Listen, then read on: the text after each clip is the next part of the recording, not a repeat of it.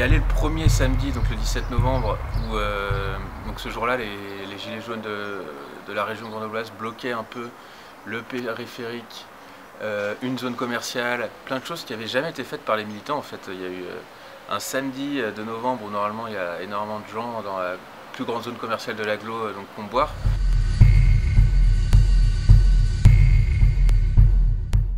Et là, ça avait été tout bloqué par les gilets jaunes, il n'y avait personne qui venait acheter rien du tout. Et moi, j'y étais de 8h du mat à 15h, je sais pas, et vraiment, j'ai rencontré peut-être 10 personnes que je connaissais, alors que normalement, dans les manifs à Grenoble, je connais presque la moitié de la manif de tête.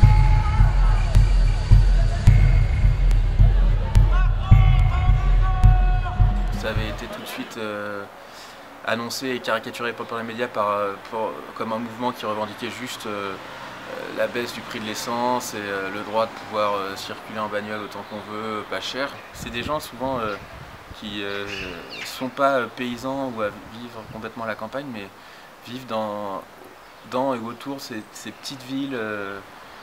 comme le Pays Voironnais ou la vallée du Grésivaudan.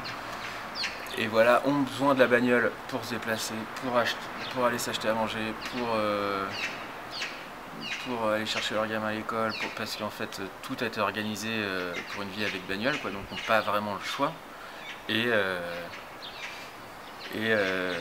bossent et en même temps voilà, galèrent quand même financièrement, quoi.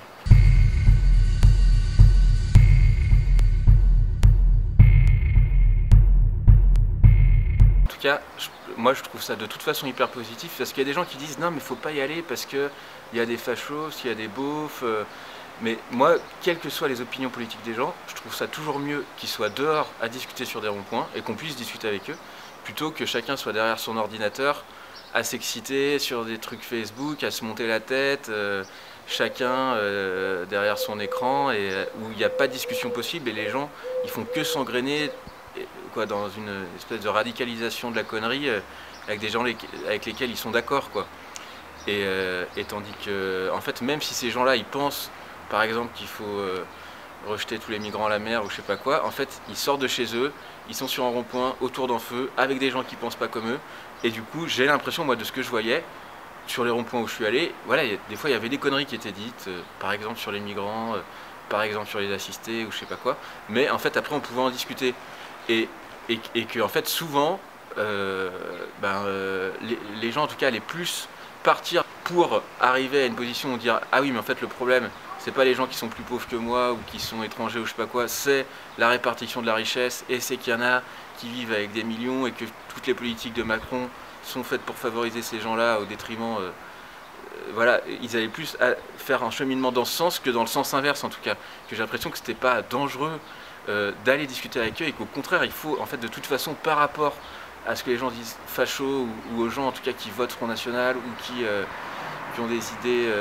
identitaires ou je sais pas quoi, moi j'ai l'impression que la solution c'est avant tout de discuter avec eux, quoi.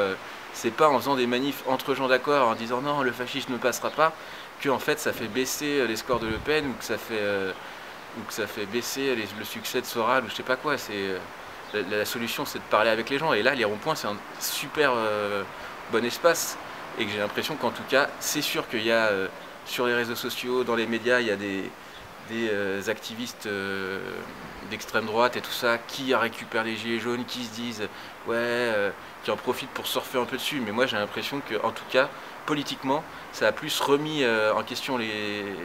en avant les questions de justice sociale, de lutte des classes, d'inégalité et de Macron président des riches que en fait, pendant plein de mois, quand même, on n'a quasiment plus parlé des migrants, de l'insécurité. Donc, politiquement, même s'il y a des fachos dedans, ça fait un truc qui, pour moi, est hyper positif, quoi. Et après, je pense qu'effectivement, les gens aussi, sur les ronds-points, sont contents juste d'être ensemble, de parler politique, d'avoir des interlocuteurs. Et puis même, je voyais à Voirep, il y avait plein de gestes de solidarité sans arrêt. En fait, toutes les 5 minutes, il y avait des gens qui s'arrêtaient pour filer de la bouffe, des palettes, des trucs. Et en fait, tu vois que ça fait plaisir aux gens, quoi, que c'est des gens qui souvent étaient tout seuls ou dans des petits réseaux familiaux ou amicaux et tout ça, mais là, juste d'être avec des inconnus. À un moment, il y avait une femme, elle avait dit ah, qu'est-ce que ça fait du bien de rigoler avec des gens qu'on connaît pas, ou je sais pas quoi. En fait, il y a un truc jouissif de faire quelque chose avec des inconnus de se filer la main, voilà, plein de gens qui s'arrêtent, qui donnent un truc, qui se barrent, qui passent même pas un moment, mais je sens que ça leur fait plaisir de participer en faisant des choses gratuites, quoi. Et hop, chacun qui met la main à la pâte pour construire une cabane qui va être détruite ou je sais pas quoi, mais je trouve qu'il y a vraiment ce truc-là d'être content de sortir et de faire des choses avec d'autres gens, en dehors des questions aussi politiques, juste d'éprouver certaines camaraderies, solidarité, d'être plus heureux dehors dans la boue sur un rond-point que derrière un écran tout seul.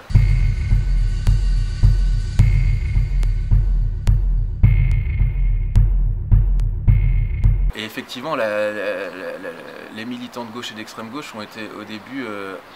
à minimum sceptiques, voire très critiques, en caricaturant toujours tout de suite en disant ouais, c'est manipulé par l'extrême droite ou alors c'est des beaufs et compagnie. Et peu de gens ont eu la curiosité de même, ne serait-ce que d'aller voir, de parler avec les gens. Après, et en fait, c'est quand même ça a duré assez longtemps ce scepticisme. Et il a fallu qu'il y ait des émeutes un peu incroyables à Paris pour ramener une certaine frange un peu radicale qui s'est dit ah quand même ça fout un peu le bordel, c'est intéressant. Que si on veut vraiment obtenir ne serait-ce que le gouvernement recule sur certains points, voire avance sur d'autres, bon en tout cas la forme de mobilisation des Gilets jaunes inattendue et assez offensive et bordélique a été beaucoup plus efficace que les trucs très attendus des syndicats et même des militants plus radicaux, tandis que là il y a un côté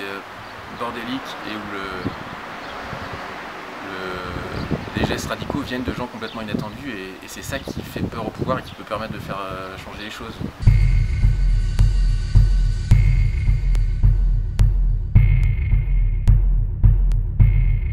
Non, mais en fait moi je pense que quand même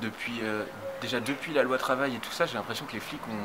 que les ordres donnés aux flics et les ordres des préfets, du ministère de l'Intérieur, tout ça ont changé quoi, et sont dans un truc. Moi ça fait 18 ans que je fais des manifs à Grenoble. Avant, jusqu'à il y a 2-3 ans, j'ai l'impression que souvent les flics ils essayaient de contenir. Ouais, ils faisaient 2-3 interpellations, des fois ça bastonnait un peu et tout ça, mais c'était surtout essayer de diviser un peu les bons et les méchants, je sais pas quoi, puis après contenir et pas trop être dans la provoque. Et là, depuis la loi travail, et ça s'est accentué avec les gilets jaunes, des fois ils font vraiment n'importe quoi, à gazer à des endroits complètement inattendus, à taper, à tirer l'arigot. Et ils essayent vraiment d'intimider et de passer l'envie de venir en manif, quoi. Ce qui est un changement complet dans la vision du maintien de l'ordre et ce qu'analyse pas mal David Dufresne, quoi. Les Gilets jaunes ou aux émeutes à Mistral avec un journaliste de Reuters qui a fait plein de manifs dans différents pays européens et tout ça, il disait non mais là en France c'est n'importe quoi par rapport aux autres pays, le maintien de l'ordre c'est vraiment très offensif et provoque et ça cherche l'escalade un peu pour ni que même au niveau répression après judiciaire. Là à Grenoble, il y en a qui ont prévu ferme pour des conneries de tags, de soi-disant outrage, enfin bon, c'est vraiment voilà, des gens qui se font choper un manif à un moment, qui sont censés avoir dit flic enculé ou je sais pas quoi, qui prennent 3 mois de ferme. C'est quand même hallucinant quoi, sur des gens qui n'ont pas de casier, qui ont de répression. Mais là, au 1er mai, il y a une retraitée qui s'est pris un gros coup sur la tête, qui pissait le sang. Il y en a je sais pas combien qui ont fini à l'hosto. Il y a eu 12 gardes à vue pour juste en fait parce que les gens faisaient une manif sauvage, quoi. Il n'y a même pas eu de casse de vitrine, même pas eu de trucs de trucs lancés sur les flics et tout ça. C'est juste qu'ils faisaient une manif qui n'était pas déclarée. C'était ça qu'on leur reproche, quoi. Et c'est quand même hallucinant, quoi. Je me souviens de plein de manifs sauvages où les flics laissaient pisser. Si ça durait longtemps, si ça commençait à avoir de la casse, ils allaient intervenir ou essayer d'en choper 2-3. Mais en tout cas, sinon, ils étaient là, discrets autour, à contenir, quoi.